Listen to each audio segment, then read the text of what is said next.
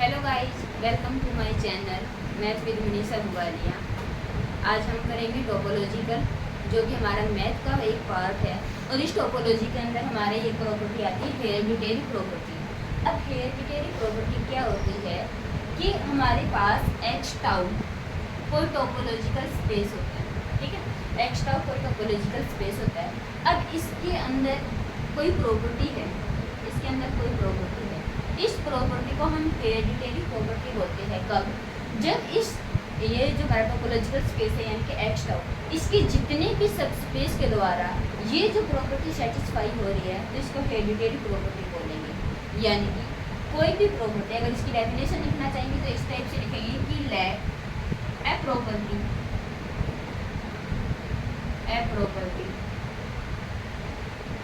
Of topological space, a property of topological space is said to be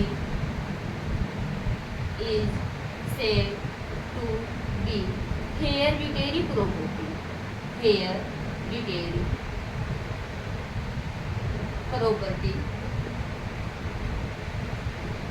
if and only, यहाँ पर if and only if का case लगेगा कि if and only if it satisfy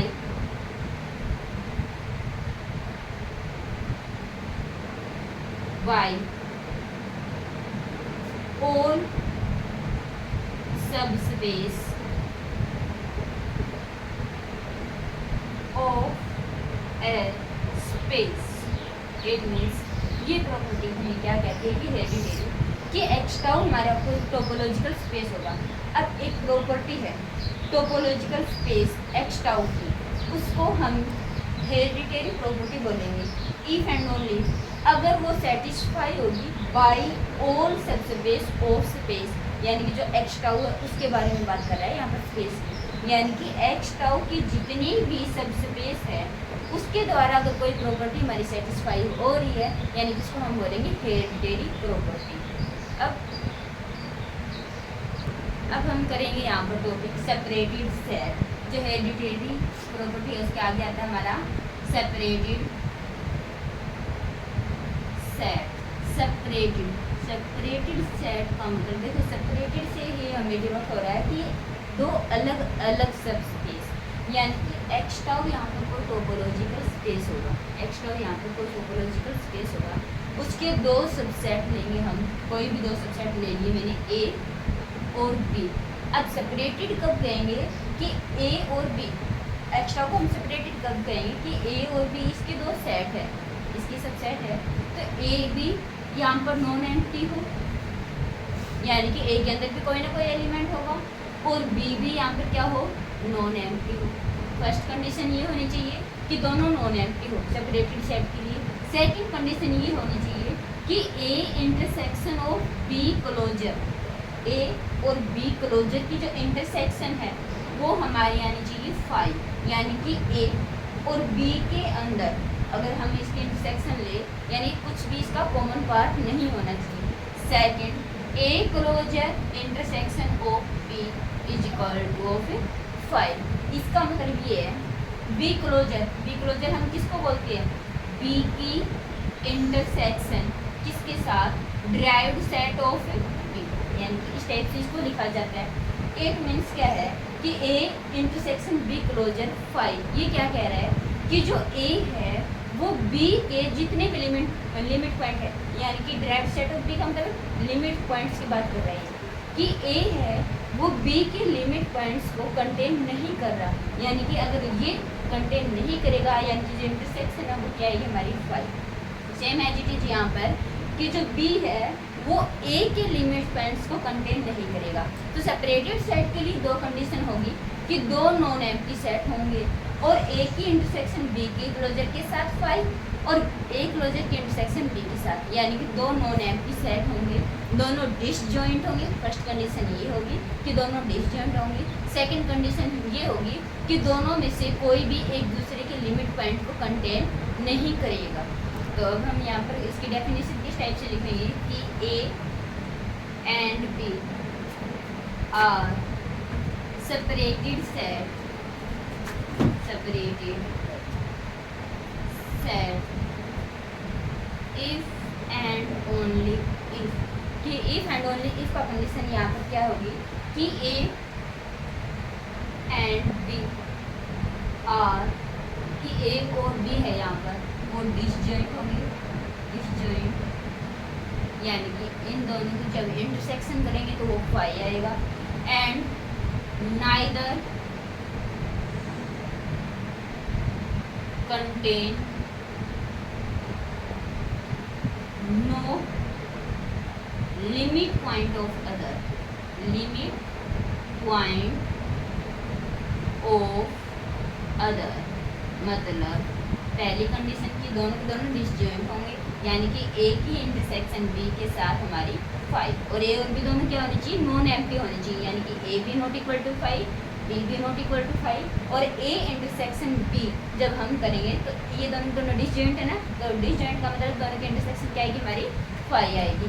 और दोनों के दोनों यानी कि neither contain no limit point of other, इसका मतलब यानी ना ही तो ए बी के लिमिट पॉइंट कंटेन करेगा और ना ही बी ए के लिमिट पॉइंट कंटेन करेगा।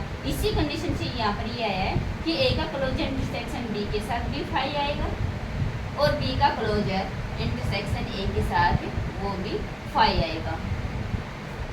तो यहाँ पर अब हम करेंगे, अब हम इसको कैसे प्रूव करेंगे, फिर ए इंटरसेक्शन ऑफ बी क्लोजर, ये हमारे क्या होता है, फाइव होता है। अब बी क्लोजर मैंने बताया था क्या है कि ए इंटरसेक्शन, बी क्लोजर को हम किस टाइप से लिख सकते हैं, D union derived set of B, इस टाइप से लिखिए। बी क्लोजर क्या होता है, B union derived set of B.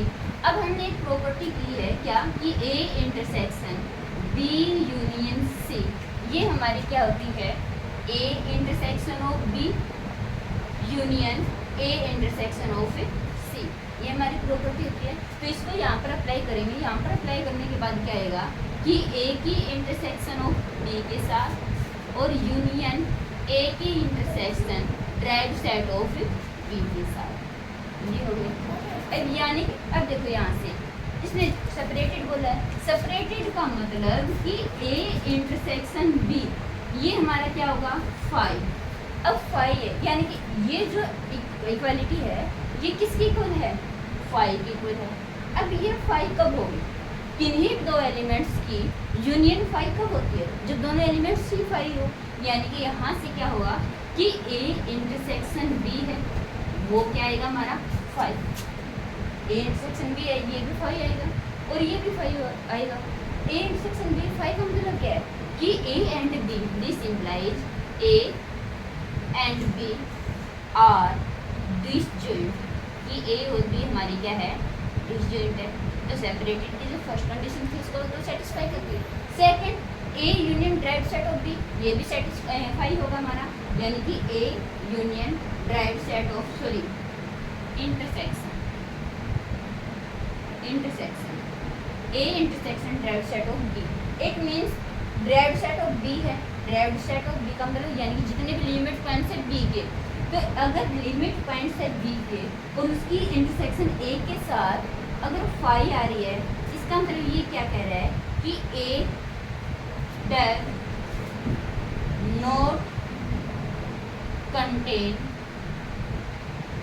Limit point of B, यानी कि ए इंटरसेक्शन बी क्लोजर जब हम लेकर चले तो यहाँ से तो हमने सेटिस्फाई करवा दिया कि ये दोनों की दोनों जो सेपरेटेड की कंडीशन है उन दोनों को सेटिस्फाई कर रहा है। अब सेकंड हमारा क्या था कि ए क्लोजर से क्या था कि A closure intersection of B, अब इसको प्रूव करना है। ए क्लोजर की प्रॉपर्टी लिखो, यहाँ पे क्या आती है कि A union derived set of A, इसकी इंटरसेक्शन किसके साथ थी, अब वे का हम दोबारा करेंगे कि A union B intersection C, क्या होती है प्रॉपर्टी हमारी, ए की इंटरसेक्शन बी के साथ union derived set of A, इसकी इंटरसेक्शन बी के साथ। अब ये भी क्या था हमारा फाइव था, अगर ये फाइव है इट मीन्स ये जो इक्वालिटी है वो भी क्या होगी हमारी फाइव, और किन्हीं भी दो एलिमेंट्स की यूनियन फाइव कब होती है, जब वो दोनों एलिमेंट्स ही फाइव यानी दोनों ही एम्प्टी होनी चाहिए। इट मीन्स यहाँ से ए इंटरसेक्शन बी है वो क्या आएगा 5, और अगर ये 5 आएगा this implies A and B दोनों की दोनों हमारे क्या होंगे आर डिसजॉइंट, क्या होंगे यहाँ पर disjoint. Same as it is यहाँ से क्या होगा second, drive set of A intersection of B, it means जो बी है ये क्या रहा हमारा 5 ना, तो यहाँ से क्या होगा कि अगर ये 5 है तो B does not contain limit point of A. तो हमने इसमें भी प्रूफ कर दिया था कि ए और बी दोनों डिसजॉइंट है, और इसमें प्रूफ किया था कि A does not contain limit point of B, कि ए बी के लिमिट पॉइंट को कंटेन नहीं करता और बी है वो ए की लिमिट पॉइंट को कंटेन नहीं करता है, यानी कि एक दूसरे कोई भी एक दूसरे की लिमिट पॉइंट को कंटेन नहीं करा। इट मीन्स ये क्या होगा हमारा सेपरेटेड सेट होगा। फिर हम नेक्स्ट टॉपिक करते हैं, हमारा नेक्स्ट टॉपिक है हमारा connected and disconnected set, connected and disconnected set. देखो अभी हमने सेपरेशन के बारे में किया, सेपरेशन में क्या था कि इसके अंदर दो सबसेट होंगे ए और बी, दोनों नॉन एम्प्टी होनी चाहिए। नॉन एम्प्टी होने के साथ उनमें क्या था कि ए की क्लोजर बी के साथ ए क्लोजर इंटरसेक्शन बी वो भी 5 आएगी, और ए इंटरसेक्शन बी क्लोजर वो भी 5 आएगी। इट मीन्स यानी कि एक दूसरे की लिमिट पॉइंट को कंटेन नहीं करेगी। पहला कि वे दोनों डिसजॉइंट होनी चाहिए, क्या क्या कंडीशन थी सेपरेशन की हमारी, कि दोनों डिसजॉइंट होने चाहिए और एक दूसरे की लिमिट पॉइंट को कंटेन नहीं करने चाहिए। ये था हमारा सेपरेशन।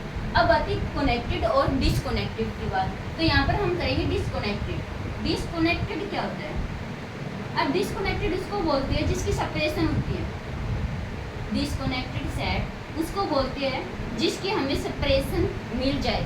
अगर किसी की सेपरेशन नहीं है यानी कि वो कनेक्टेड है, अगर किसी की सेपरेशन है यानी कि वो डिसकनेक्टेड है। कैसे लिखेंगे? मान लो ई है वो सबसेट है एक्स का, ई है वो सबसेट है एक्स का, और ई को हम प्रूफ करेंगे डिसकनेक्टेड। कैसे, किस टाइप से कि ए और बी दो एलिमेंट लेंगे कहाँ से, ई से, दो एलिमेंट लिए मैंने ई से। अब इनको मैं डिसकनेक्टेड बोलूँगी किस कब, जब मैं ई को ए यूनियन बी में लिखूंगी, इस टाइप में ए यूनियन बी। ए और बी यहाँ पर किस टाइप के एलिमेंट है कि जो ए है वो भी नॉन एम्प्टी है, जो बी है वो भी नॉन एम्प्टी, दोनों नॉन एम्प्टी सेट होंगे।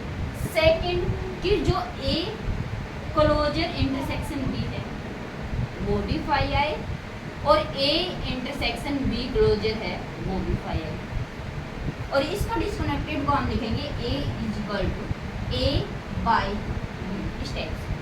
तो डिसकनेक्टेड देखो बिल्कुल सेपरेशन की तरह, जैसे हमने सेपरेशन किया था ना, सेम एज इट इज उसी तरह। डिसकनेक्टेड कब बोलेंगे कि ई को सबसेट होगा हमारा टोपोलॉजिकल स्पेस एक्स का होगा, तो ए और बी दो एलिमेंट लेंगे ई से, ए और बी दोनों की दोनों नॉन एम्प्टी होनी चाहिए और ना ही एक दूसरे के लिमिट पॉइंट को कंटेन करेंगे, यानी कि ए क्लोजर इंटरसेक्शन बी भी 5 आएगा और ए इंटरसेक्शन बी क्लोजर है वो भी 5 आएगा। और डिसकनेक्टेड सेट को हमेशा इस टाइप से लिखते हैं ए बाई बी, और जो कनेक्टेड है वो इसका रिवर्स है। रिवर्स कैसे कि कनेक्टेड के अंदर क्या कंडीशन होगी हमारी, कनेक्टेड इसके अंदर होगा कि ए भी नॉन एम्प्टी होगा और जो बी है वो भी नॉन एम्प्टी होगा, बट जो ए क्लोजर इंटरसेक्शन बी है वो भी नॉट 5 आएगा, और ए इंटरसेक्शन बी है बी क्लोजर वो हमारा नॉट इक्वल टू 5, यानी कि ये दोनों तो नॉन एम्प्टी होंगे, बट कंडीशन क्या होगी कि एक दूसरे के लिमिट पॉइंट को कंटेन करेगी। कनेक्टेड और डिसकनेक्टेड के अंदर यही फर्क है कि दोनों नॉन एम्प्टी है, दोनों के अंदर है, इसके अंदर लिमिट पॉइंट कंटेन नहीं करेंगे, कनेक्टेड के अंदर लिमिट पॉइंट कंटेन करेंगे। तो ये हमारी हो गई।